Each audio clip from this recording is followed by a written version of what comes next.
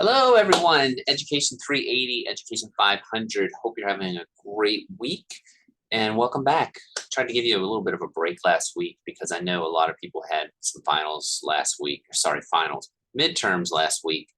Um, I know this week that we're talking about the week of, I'm looking at my calendar, the 3rd is actually the official midterm week, but I know people have them the week before and I wanted to give you a break.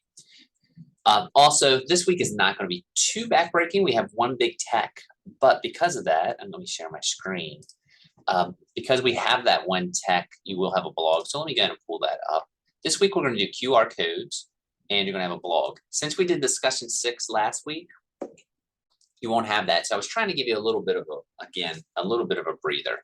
Since I've said that about 4 times, you got the breather. But I did want to do a video this week since we're doing some tech. Well, QR codes, I'm just going to jump right in. QR codes are something I think everyone at this point knows what a QR code is. I see them all around. I'm pointing out in the halls of Canudi for people making them. If you were noticing in Nearpod or Pear Deck or in Edpuzzle, you can actually send a QR code to your students and they can just sign in that way. So a lot of those type of systems now actually, or apps actually generate QR codes. But I have a specific way I want you to do yours this week. And it's pretty simple, I think. But since everyone has access to it, I thought we would do it. So what do you need to do? And by the way, QR codes are fun. I've seen more and more teachers using them. One thing I've seen a lot, they'll put the QR code up on the projector on the TV screen, and they'll let their students, if they have a phone or an iPad or something, and they can pull it right up, and it eliminates the whole login process. Sometimes it's really nice too if you're trying to get something out like a flyer or something out to parents. Put the QR code on there. Plus, it just shows a little bit of fun tech, something different. So, with that being said, if you go to the Shepherd homepage and you go to email, you've probably seen some of this stuff and never even known it. Or maybe you did know. I don't know. Let's find out. If you look here, once you log in, a lot of times you'll see all this stuff on the side. I'm not going to break all of this stuff down. I just want to make sure you, one, know you have access to it. But if you look here, you have Microsoft Word here. It's just on a cloud. Like I use this all the time. And if I click on it, I'm not going to break down Word because I'm assuming most people here have used Word at this point in their life. But if you look, it's a little slow. Sorry, the internet here in Shepherd's been slow today. Let's try it again. See what's going on here. There it goes. I'm going to move this over so it's out of my way. There you go. I'm just going to show you this. This has nothing to do with the QR code other than I just wanted to show you. If you click that, slowly, you will get a Word document. And it will save it automatically on the cloud. You can use it as a hyperdoc. Actually, if you're an advisee of mine, I use this to do the advisement. I'll create a table and save it and share the link right there with my students or my advisees, and they sign up for their advising times this way. And I always have it. You have this. You should have it in your Shepherd email account. Also, if we go back, let's go back here. As you can see, there's Excels there, PowerPoint's there. I'm not breaking down PowerPoint. We did a Nearpod. Most of you moved stuff over. There's also things on here like Sway. Sway is kind of like a little bit like PowerPoint. Let me click it on here just to show you. I've never used Sway. I don't find it that personally. I've never really used it for anything, but you can get kind of information out. Like for example, let me click this. This was a London trip I did. I think I even mentioned it one time. A little slow here. There we go. It's like a PowerPoint, but a little more streamlined. I just wanted to show you some of the stuff that you have access to before I have you do the QR code. But if you look here, like you can do little heading codes and images, and when you hit play, you can do it as a storyline. You hit play there, and then it's just kind of just a little different way of presenting information. As you can see, that's actually the thing. Actually, let me go back here. This was one I did use it fiddling around one time with a class of mine when I went to Europe, not this past summer, but before. I told him I'd take a bunch of me mugs at a bunch of places. So I actually made a little sway to show my students. There you go. And then there was another angry person, but those aren't all mine, but I did one where I did a bunch of, and they were lined up. So that's the way. I'm not requiring it. I just wanted you to know you had access to all of this over here. But that does lead us to one thing. When you go in here and you log into your email account and you hit that little waffle right there and you go down here, if you look here, there's something called forms. When you click on that, you can see there's a bunch of stuff here. I use forms a lot. It's like Google Forms. And if anyone asks, I'm fine if you use Google Forms and want to use that QR code, but this is just an easier one for me since it's here and I can show it to you, and I know everyone has access to it.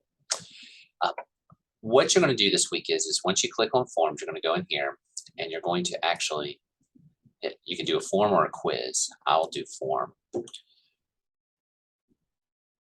It's just a little bit of a setup difference. I don't care which one you do.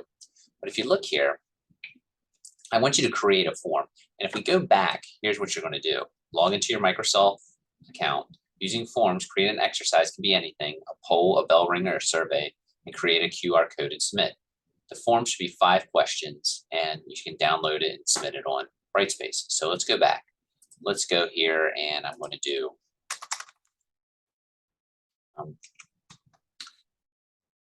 what is your, all right, let's just do this. Favorite. And I'm going to add a new question. You can, I don't care what you do here. We'll just do, I'll do a text. What is your favorite? And I would try to make it classroom oriented, of course, your subject areas. Favorite sport. And we can do next.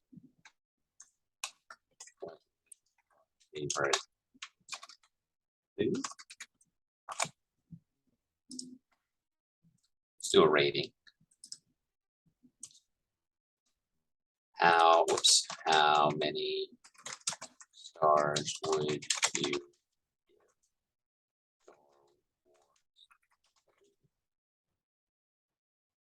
No, I know that's not a favorite thing, but I'm just showing you can do that. And so on and so on. So you need to do 5 of these. I would make them content specific. So if you're an English person, do something related to English. If you're doing something related to biology, or if you're teaching biology, make it some biology. If you're elementary, just pick something within one of the content areas.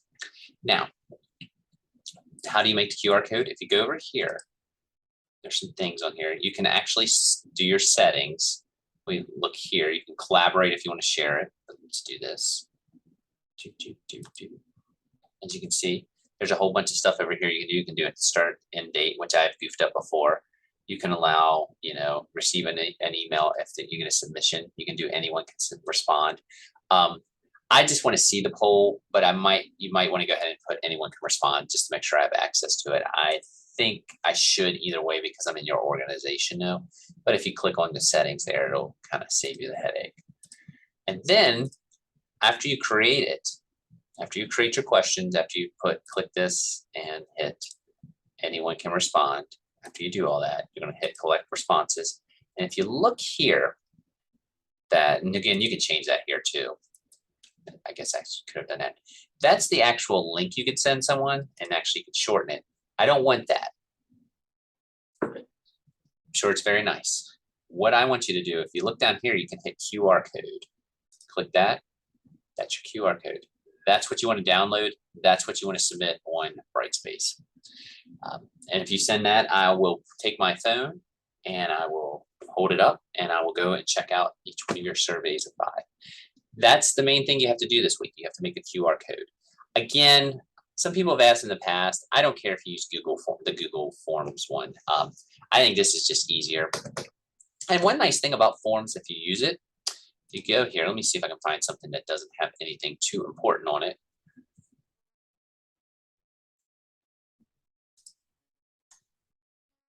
Slowly, I'll find that out. Slowly.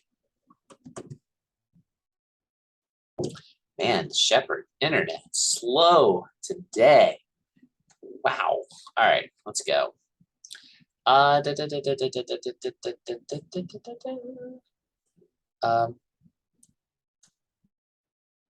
Let's see. I'm just trying to find something that has participant answers that I can show. Actually, this is good.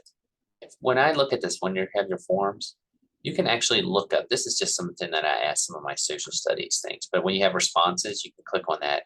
You can check everything out, like the time, and you get polls and things like that. So, and it shows you graphs. It's a good way to collect data, and that is something, again, with EdTPA that you might have to do.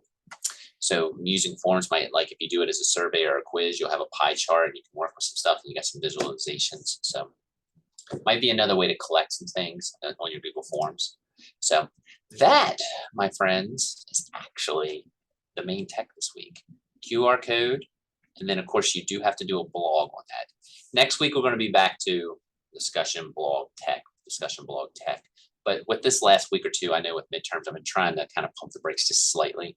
I know that's not too brutal tech, but if you have any issues, you are welcome to contact me.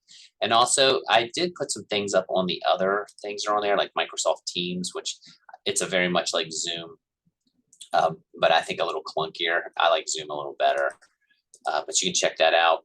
And then there's a little more on Sway if you want to just check it out. And OneDrive is like our Google Drive. That's what it literally, if I still have it up, this, you can go into the OneDrive and check everything out and see all stuff that I've worked on and such over the recently. But hopefully everyone has stuff like this. And with that being said, I think that should do it.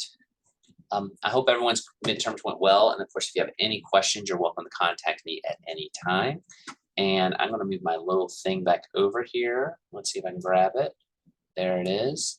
I'm going to stop the share. And I'm going to tell everyone, have a great week.